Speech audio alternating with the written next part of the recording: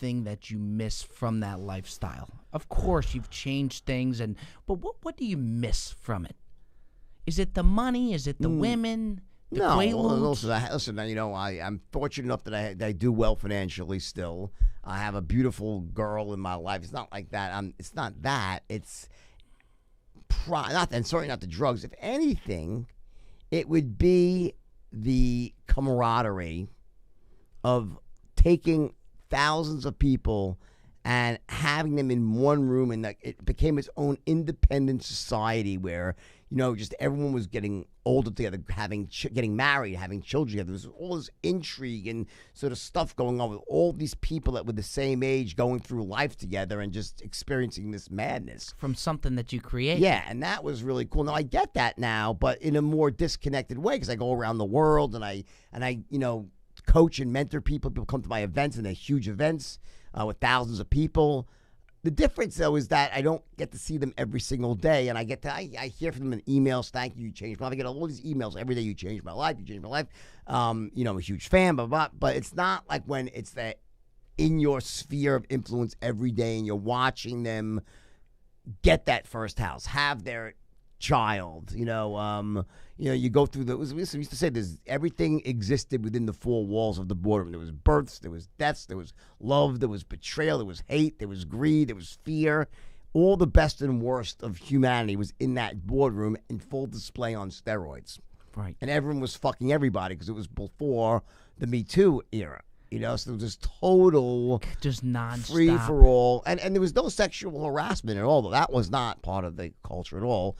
The girls were equally happy to be involved, or because if they weren't, and they were hassled, guys would kick if you were like, no girl was being harassed in our office. If you were, the guys would kick guy's ass. Kick the piss out of him? Oh, yeah. Because there was respect for women, but the women were as crazy as the guys. They were just like full on. It wasn't like that. And anyone that doubts that, I saw my assistant, who's still a friend of mine, name's Mona. Mona's awesome, right? And we were about maybe 3 years ago. I was at an event in New York, and she came, and she was telling everybody, "You girls don't know what we had. It's so good. It was so great. It was the most empowering place because any girl could be a bro. It was like man, women. It was purely an egalitarian society." So you still keep in touch with a lot of people from the office? I do, yeah. That's awesome. I do, especially the ones that were friends of mine before. It all happened. I lost touch. You lose touch with people because everyone moves away and goes on with life. But the culture that we had was not. It's very different, like a Weinstein-esque sort of thing where sleep with me to get apart. No, it's like if you want to fuck me, fuck me. If not, who cares? I'll fuck someone else. Jordan, how many times a day do you think you were banging? Me? In your prime, how many times a day were you? But was it just nonsense? Was it deals and sex, deals and sex, deals and sex? A little bit of drugs. In the movie, Matthew McConaughey said he's got to at least jerk off three times a day. Maybe that's his rookie number. Going to pump the numbers up, right? So you believe those are rookie numbers? Yeah, at least. It's funny. I don't jerk off as much anymore. Back in my prime, I was fucking pumping them out, though. Of course. But you didn't have to. That's your prime. You didn't have to jerk off.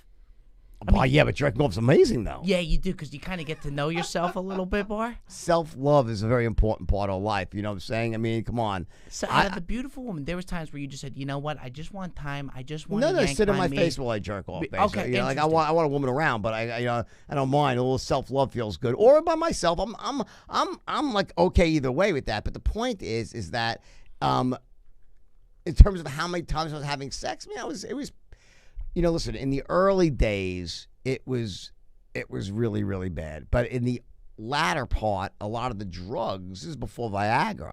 So you'd be doing like massive quantities of coke, and then you couldn't get it up, and you'd be with a hooker, and she's like, giving you a blowjob. You're like, oh, it's fine. It's soft. Keep going. It's fine. It still feels good. All you coke addicts know exactly what I'm talking about. Yeah, it feels great. Yeah, just keep going. Give me 5 more hours. I'll come. I'll get hard. Just give me some time. Yeah. So, but that was many, many years ago. So, but yeah, I was having a massive amount of sex with a lot of partners. I did my best dating after I was married, I would say. Right. But that's my old life. I mean, I'm a very different person today.